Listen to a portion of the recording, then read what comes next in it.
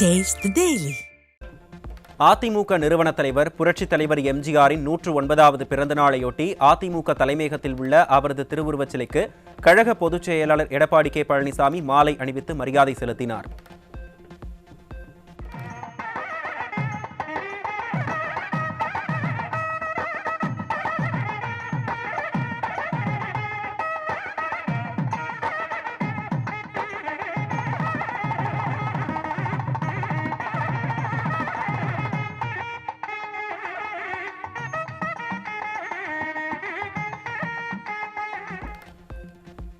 கழக கொடியை ஏற்றி வைத்த புரட்சித் தமிழர் தொண்டர்கள், கழக நிர்வாகிகள் மற்றும் பத்திரிகையாளர்களுக்கு இனிப்புகளை வழங்கினார்.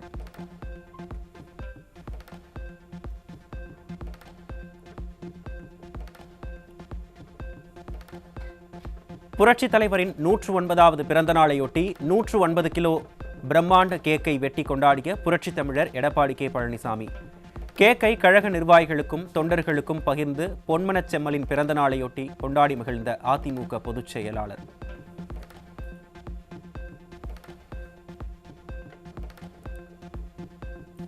பொன்மனச் செம்மல் புரட்சித் தலைவர் பாரத ரத்னா டாக்டர் எம்ஜிஆரின் 109வது பிறந்த நாளை முன்னிட்டு பிரதமர் நரேந்திர மோடி புகழாரம்.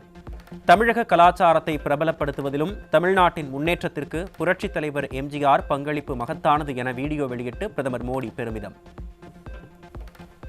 उन्होंने क्वालिटी एजुकेशन और हेल्थ केयर के लिए काम किया और यही कारण था कि समाज के नौजवान और महिलाएं उनका इतना सम्मान करते हैं. यही कारण है कि आज भी समाज के गरीब तबके के लोग उन्हें अपना सबसे बड़ा नेता कहते हैं. मैं भारत रत्न एमजीआर को नमन करता हूं, उन्हें श्रद्धांजलि देता हूं. கோவை சென்னனூரில் 51ஆம் ஆண்டாக தென்கரை மக்கள் பொதுநல சங்கத்தின் சார்பில் பொங்கலை முன்னிட்டு நடைபெற்ற பல்வேறு போட்டிகளில் வெற்றி பெற்றவர்களுக்கு பரிசுகளை வழங்கினார் முன்னாள் அமைச்சர் SP வேலுமணி. சாதி மதம் வேறுபாடு இன்றி அனைவரிடமும் சமமாக பழகி அனைவருக்கும் உதவிகளை செய்து வருவது அதிமுக மட்டுமே என முன்னாள் அமைச்சரும் அதிமுக தலைமை நிலைய செயலாளருமான SP வேலுமணி பெருமிதம். ஜாதி சமுதாய வேறுபாடு கட்சி வேறுபாடு பார்க்கறதில்ல. நான் அமைச்சராக இருக்கும்போது நிறைய எல்லாத்துக்குமே நாலேஜ் வாங்கி கொடுத்தோம். நிறைய பேர் சொல்ல நல்லா இருக்காது. நிறைய திராவிட முன்னேற்ற சேர்ந்த பொறுப்பாளருடைய மேடமும் நான் வாங்கி கொடுத்துருக்கேன். எப்பவுமே யாரையும் பார்க்கறது இல்லை, எல்லாத்துக்கும் உதவி பண்ணியிருக்கோம். கொரோனா வந்த போது தெரியும், எல்லாருமே எங்க குடும்பம் பார்த்து ஒவ்வொரு வீட்டுக்கு ஒரு பாஸ் போட்டு வீட்டுக்கு போய் தேவையான பொருள் போட்டு எல்லாம் லாக்டவுன் ஆயிடுச்சு, யாரும் வெளியே போக முடியல. ஒவ்வொரு வீடு வீட தேடி போய் ஒரு பாஸ் போட்டு தேவையான பொருள் போட்டு வீடு வீட கொடுத்தோம். கோவை, சுகுணாபுரம் உள்ளிட்ட பல்வேறு பகுதிகளில் இளைஞர்கள் நடத்திய பொங்கல் விழா விளையாட்டுப் போட்டிகளில் அதிமுக தலைமை நிலைய செயலாளரும் முன்னாள் அமைச்சருமான SP வேலுமணி பங்கேற்பு. விளையாட்டுப் போட்டிகளில் வெற்றி பெற்றவர்களுக்கு பரிசுகளை வழங்கிய முன்னாள் அமைச்சர் SP வேலுமணி அன்னதானம் வழங்கியும் பொதுமக்களுக்கு பொங்கல் வாழ்த்தும் தெரிவித்தார்.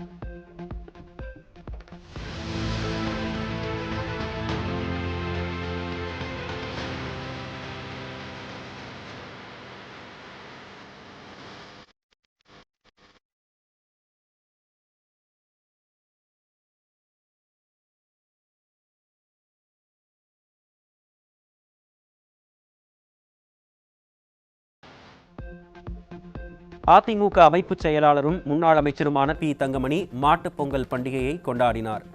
சென்னையில் மாடுகளுக்கு பூஜை மற்றும் அலங்காரம் செய்யப்பட்டு பாரம்பரிய முறையில் பொங்கல் கொண்டாடப்பட்ட நிலையில் தமிழர் பண்பாடு, உழவின் பெருமை, கால்நடைகளின் பங்கு நினைவூட்டப்பட்டதாக முன்னாள் அமைச்சர் பெருமிதம்.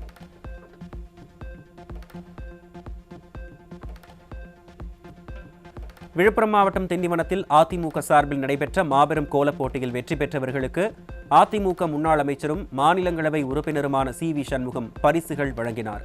கோலப் போட்டியில் வெற்றி பெற்ற பெண்களுக்கு ஃப்ரிட்ஜ், வாஷிங் மெஷின், டிவி உள்ளிட்ட பரிசுகளை அதிமுக முன்னாள் அமைச்சர் CV சண்முகம் வழங்கி வாழ்த்தினார்.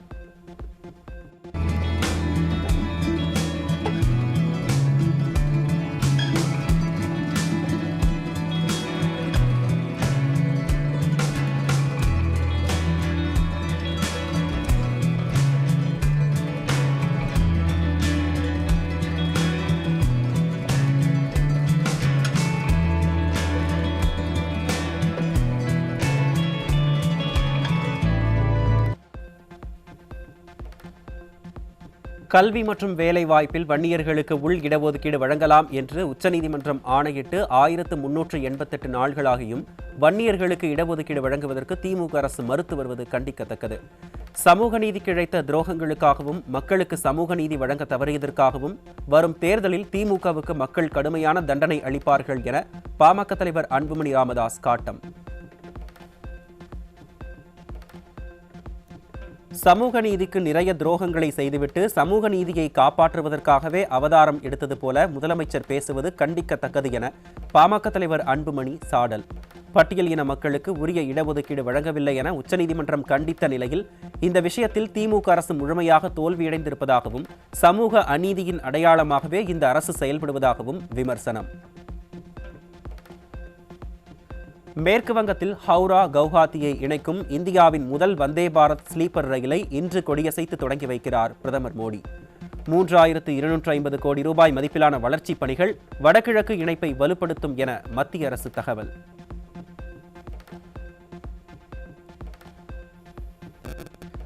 மகாராஷ்டிராவில் மொத்தமுள்ள 29 மாநகராட்சிகளுக்கு நடைபெற்ற தேர்தலில் 25 இடங்களை கைப்பற்றி தேசிய ஜனநாயக கூட்டணியான மகாயுதி அமோக வெற்றி. மும்பையில் 30 ஆண்டுகால சிவசேனாவின் ஆதிக்கத்தை முறியடித்து முதல் முறையாக பாஜகவை சேர்ந்தவர் மேயராக பதவியேற்கிறார். மகளிர் உரிமை தொகை விரிவாக்கம் மற்றும் மடிக்கணினி வழங்கும் விழாக்களுக்கு ஸ்டாலின் தரப்பில் இருந்து அழைப்பு கொடுக்கப்பட்ட போதும் ராகுல் காந்தி புறக்கணித்ததாக தகவல். சமீபத்தில் கூடலூருக்கு வந்த ராகுல் ஸ்டாலினை சந்திக்காமல் வயநாடு வழியாக சென்றதால் இதுதான் நமக்கு கொடுக்கும் மரியாதையா என்று ஸ்டாலின் கொந்தளித்ததாக தகவல்.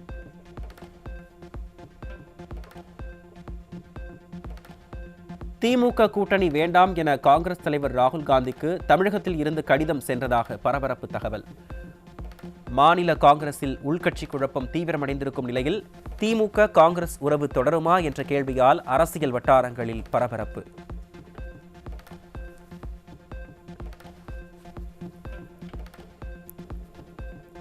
ஆட்சி அதிகாரத்தில் காங்கிரஸ் பங்கு கேட்பதில் தவறு இல்லை என அக்கட்சியின் மூத்த தலைவர் சச்சின் பைலட் கருத்து.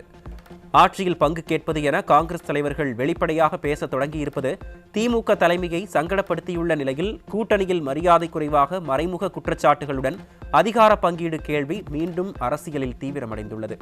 சென்னை அண்ணாநகரில் வீட்டில் இளம்பெண் குளிப்பதை ஜன்னல் வழியாக செல்போனில் வீடியோ எடுத்த கடை ஊழியர் தப்பி ஓட்டம். ஸ்டாலின் ஆட்சியில் பெண்கள் வீட்டில் கூட பாதுகாப்பாக இருக்க முடியாத அளவிற்கு குற்றங்கள் அதிகரித்திருப்பதாக பெற்றோர்கள் வேதனை.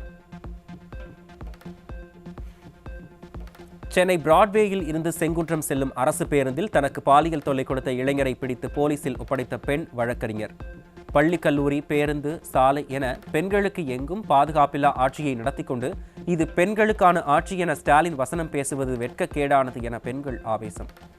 சென்னை பல்லாவரத்தில் திருமணத்தை மீறிய உறவில் இருந்த 22 வயது இளைஞரை கூலி ஆட்கள் வைத்து சரமாரியாக வெட்டி கொடூர கொலை செய்த 2 பெண்கள் மற்றும் 17 வயது சிறுவன் சிக்கினர். மது போதையில் அடிக்கடி தொல்லை கொடுத்து வன்முறையில் ஈடுபட்டதால் இளம் பெண்கள் ஆத்திரம். திருப்பத்தூர் மாவட்டம் புதுப்பேட்டையை அருகே சாலையில் தகராறு செய்து கொண்டிருந்தவர்களை தடுத்த கூலி தொழிலாளியை அடித்து கொலை செய்துவிட்டு மது போதையில் விழுந்து இறந்ததாக நாடகமாடிய 2 சிக்கினர். திமுக ஆட்சி பொறுப்பேற்றது முதல் கொலையில் விடியாத நாளே இல்லா அளவிற்கு நாளுக்கு நாள் கொலை சம்பவங்கள் அதிகரித்திருப்பதால் பொதுமக்கள் பீதி. திருவள்ளூர் மாவட்டம் ஒண்டிக்குப்பம் பகுதியில் போதை ஆசாமிகளை தட்டி கேட்ட 2 இளைஞர்கள் கொலை செய்யப்பட்ட நிலையில் ஒருவர் படுகாயத்துடன் மீட்பு. ஸ்டாலின் ஆட்சியில் சட்டம் ஒழுங்கு முற்றிலும் சீர்கெட்டுள்ளதால் தமிழகம் கொலைக்களமாக மாறிவிட்டதாக குற்றம் சாட்டிய மக்கள் கொலை சம்பவத்தில் ஈடுபட்டவர்கள் மீது உரிய நடவடிக்கை எடுக்க கோரி சாலை மறியலில் ஈடுபட்டனர். இவனுங்க கஞ்சா அடிச்சுட்டு அந்த 2 உசுரை கொலை பண்ணிட்டானுங்க. இப்போ யார் சார் பதில் சொல்ல முடியும்? அந்த குடும்பத்துக்கு யார் சார் பதில் சொல்ல முடியும்? இங்கே ஃபுல்லாக கஞ்சா தான் சார், ஃபுல்லாக கஞ்சா ஏரியாலே எல்லாருமே அவனுங்க கஞ்சா சாப்பிட்டு சின்ன குழந்தைங்க யாருன்னு தெரியல, பெரியவங்க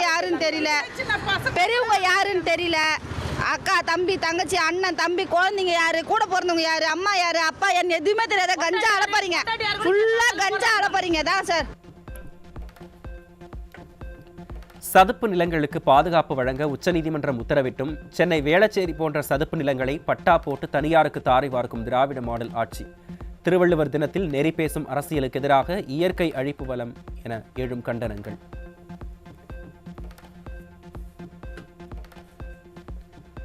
ஹோசூரில் தொழில் பூங்கா அமைப்பதற்காக நடைபெறும் நில அபகரிப்பை கண்டித்து விவசாயிகள் போராட்டத்தில் ஈடுபட்டதால் பரபரப்பு. விடியா ஸ்டாலின் அரசு தங்கள் வாழ்வாதாரத்தை தொடர்ந்து நசுக்குவதாக விவசாயிகள் குற்றச்சாட்டு.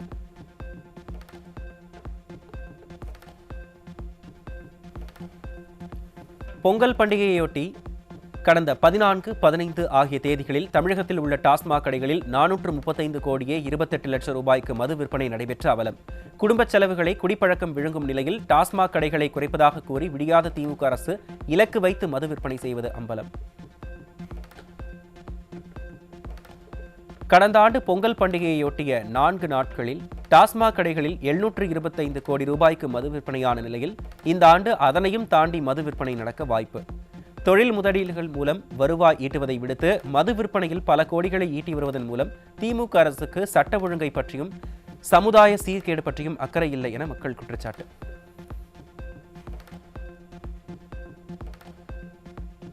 ஆசிரியர்கள் உயிரை பணயம் வைத்து தங்கள் வாழ்வாதாரத்திற்காக போராடி கொண்டிருக்கும் சூழலில் நீ இல்லாத உலகத்திலே நிம்மதியில்லை என்ற சினிமா பாடலை பாடி உற்சாகமாக இருக்கும் ஸ்டாலின். தேர்தல் வாக்குறுதியை நம்பி வாக்களித்தவர்கள் நிம்மதியில்லாமல் போராடி கொண்டிருக்கும் வேளையில் இதெல்லாம் தேவைதானா என மக்கள் கேள்வி.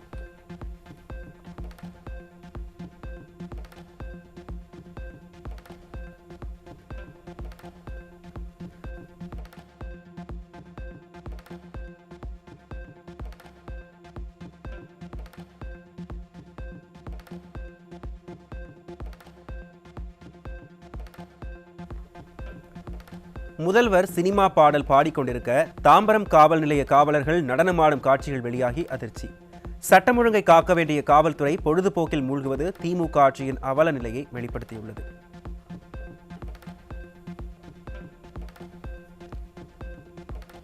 திமுக ஆட்சி முடிவுக்கு வரும் தருணத்தில் கலெக்ஷன் கமிஷன் கரப்ஷனில் தீவிரம் காட்டும் கரப்ஷன் மாடல் அரசு.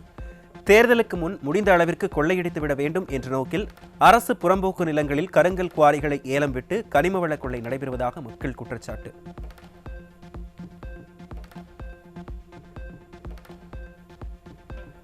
சென்னை திருவொற்றியூர் கடற்கரையில் பெண்ணின் சடலம் கரை ஒதுங்கிய நிலையில் கொலையா தற்கொலையா என அறிய முடியாமல் விழிபிதுங்கியிருக்கும் திமுக அரசின் காவல்துறை. காயங்கள், மரண நேரம் குறித்து முரண்பட்ட தடயங்களால் குழம்பிய காவல்துறை பிரேத பரிசோதனை அறிக்கையை எதிர்நோக்கி காத்திருக்கும் அவலம்.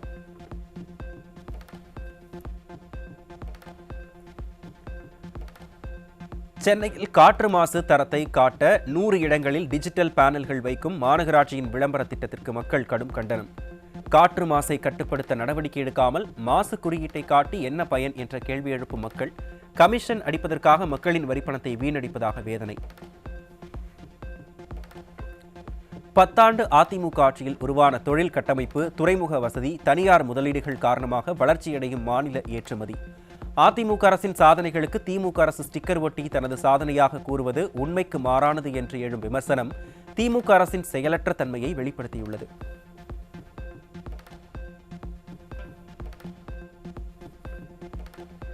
சிறப்பான மருத்துவ சேவையை வழங்கி வருவதாக அமைச்சர் மாசு வாய்க்கூசாமல் பேசி வரும் நிலையில் கோவை அரசு மருத்துவமனையில் நோயாளிகளின் உடல் மீதே ஏறி விளையாடும் எலிகள். சிறு உடல்நலக்குறைவுடன் வந்தவர்கள் எலிகளால் தொற்று பரவி உயிருக்கு ஆபத்தான பெரிய வியாதிகளுடன் திரும்ப வேண்டுமா என மக்கள் கேள்வி.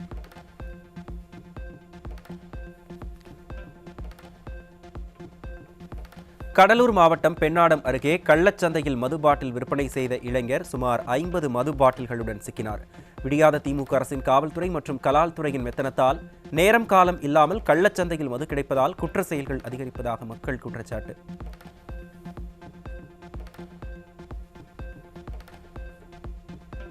ஈரோட்டில் விடுதி ஊழியரை தாக்கிய உணவக உரிமையாளர் மற்றும் ஊழியர்கள் உட்பட 7 பேர் சிக்கினர். உணவகம் அருகில் இருக்கும் விடுதியின் அறையை குறைந்த வாடகைக்கு தர மறுத்த ஆத்திரத்தில் அராஜகம்.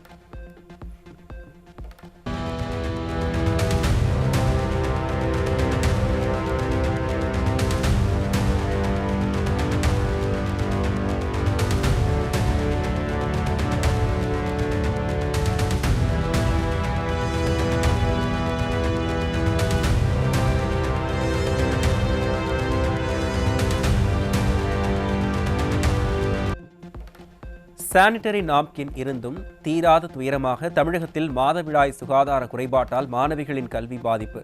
பாதுகாப்பற்ற கழிவு அகற்றல், கடுமையான வலியால் பள்ளி தவிர்ப்பு மற்றும் சமூக தடைகளும் பெண்களின் ஆரோக்கியம் மற்றும் கல்வியை கேள்விக்குறியாக்கும் தமிழகத்தின் சுகாதார நிலை. சென்னை குரோம்பேட்டையில் தனக்கு திருமணமானதை மறைத்து சக மருத்துவரை காதலித்து ஏமாற்றி வந்த தனியார் மருத்துவமனை மருத்துவர் சிக்கினார். விடியாத திமுக ஆட்சியில் என்ன தவறு செய்தாலும் எளிதாக தப்பித்து விடலாம் என்ற நிலையில் சட்டம் ஒழுங்கு சீர்கெட்டு உள்ளதால் இதுபோன்ற சம்பவங்கள் அதிகரித்துள்ளதாக எழும் விமர்சனம். மழை நிலவரம், காய்கறி விலை நிலவரம் போல் திராவிட மாடல் ஆட்சியில் கொலை நிலவரத்தை அடுத்து இன்றைய போதைப் பொருள் விற்பனை நிலவரம்.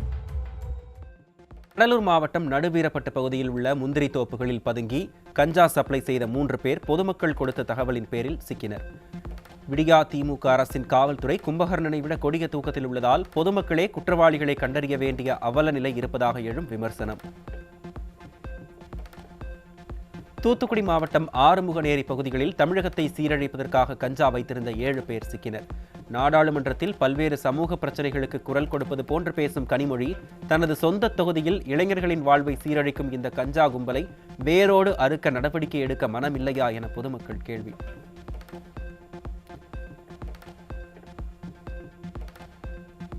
கோவையில் தமிழகத்தை சீரழிக்க மெத்தப்பெட்டமைன் போதைப்பொருள் வைத்திருந்த 5 பேர் சிக்கினர். விடியா திமுக அரசின் முதல்வர் ஸ்டாலின் போதையில்லா தமிழகத்தை உருவாக்குவதாக கூறிவிட்டு போதைப் புழக்கம் பெருகுவதை தடுக்க தவறிவிட்டதாக பொதுமக்கள் விமர்சனம்.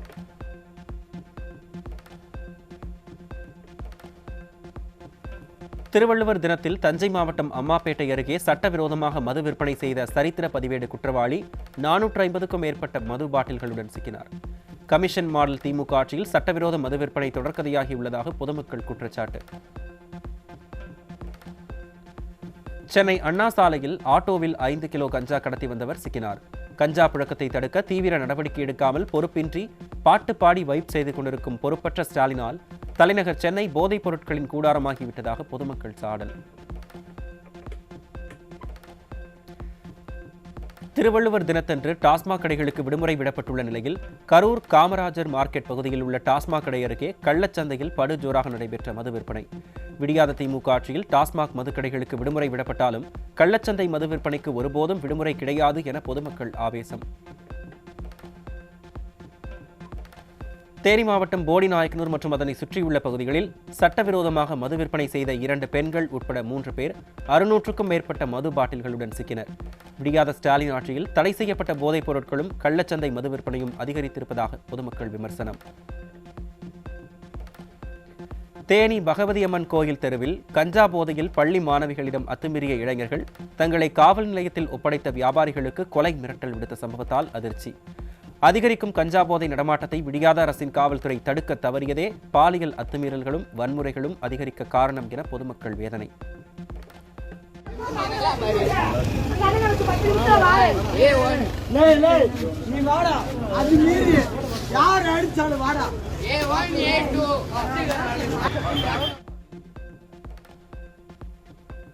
நெல்லை மாவட்டம் பாப்பாக்குடி அருகே பனந்தோப்பினுள் பஞ்சர் கடை உரிமையாளரை கொடூரமாக வெட்டி கொலை செய்த அடையாளம் தெரியாத கும்பல்.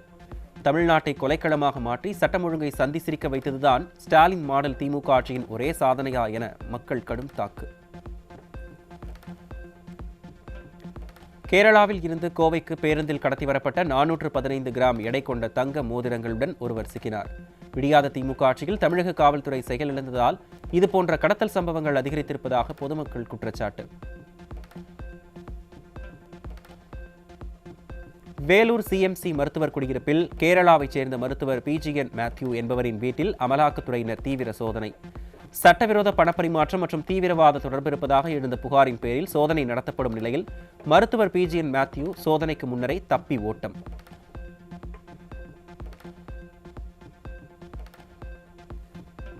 திருப்பூர் மாவட்டம் காங்கேயத்தில் அறிவுசார் மையம் அமைக்க பழைய நகராட்சி கட்டிடம் இருந்தும் அதனை புறக்கணித்து வேறு இடத்தில் அமைக்க அடிக்கல் நாட்டப்பட்ட அவலம். நிர்வாகத்திறனற்ற விடியா அரசு மக்களின் வரிப்பணத்தை வீணடிப்பதையே வாடிக்கையாக கொண்டிருப்பதாக பொதுமக்கள் கடும் விமர்சனம்.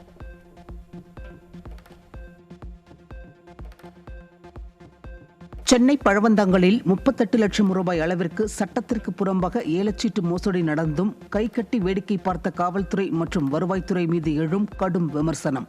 சட்டத்திற்கு புறம்பாக ஏலச்சீட்டு நடத்துவதை முன்கூட்டியே தடை செய்யாமல் பெருந்தொகையை இழந்த பின் எடுக்கப்படும் நடவடிக்கையால் என்ன பயன் என பாதிக்கப்பட்டவர்கள் கேள்வி. 11 மாத காலத்திற்கு ஒப்பந்த அடிப்படையில் சுமார் 5000 ஓட்டுநர்கள் மற்றும் 3000 நடத்துனர்களை நியமிப்பதற்காக ஆன்லைன் டெண்டர்களை வெளியிட்ட ஸ்டாலின் மாடல் அரசு லட்சக்கணக்கான வேலைவாய்ப்புகள் என்ற தேர்தல் வாக்குறுதியை காற்றில் பறக்கவிட்டு நிரந்தர பணியிடங்களை உருவாக்க தவறி ஒப்பந்த அடிப்படையில் பணியாளர்களை நியமிக்கும் இந்த முடிவுகள் ஸ்டாலின் மாடல் அரசின் திறமையின்மையை வெளிக்காட்டியுள்ளது. நாட்டிலேயே முதல் முறையாக பசுமை அமோனியா தயாரிக்க ஆந்திராவில் 1000 கோடி முதலீடு அறிவிப்பு. பெரிய தொழிற்சாலைகள் அனைத்தும் ஆந்திராவிற்கு நகரும் நிலையில் பாட்டுப்பாடி வைப் செய்து கொண்டிருக்கும் ஸ்டாலின் ஆட்சியில் பெரிய திட்டங்கள் எதுவும் இல்லை என மக்கள் வேதனை. சட்டவிரோத செயல்களை கட்டுப்படுத்த 242 சூதாட்ட இணையதளங்களை முடக்கி மத்திய அரசு அதிரடி. விதிகளை மீறுவோருக்கு கடும் அபராதம், வழக்கு பதிவு என எச்சரிக்கை விடுத்த மத்திய அரசு சமூக நலன் கருதி தீவிர நடவடிக்கை. ஹைதராபாத்தில் கோலாகலமாக தொடங்கிய வெப்பக்காற்று பலூன் திருவிழாவில் பல்வேறு நாடுகளைச் சேர்ந்த பலூன்கள் வானில் பறக்க விடப்பட்டன. நாளை வரை நடைபெறும் இந்த விழாவில் ஐரோப்பிய நாடுகளைச் சேர்ந்த 15 சர்வதேச பலூன்கள் வானை அலங்கரித்த நிலையில் பார்வையாளர்கள் மெய்மறந்த வண்ணம் பார்த்து ரசித்தனர்.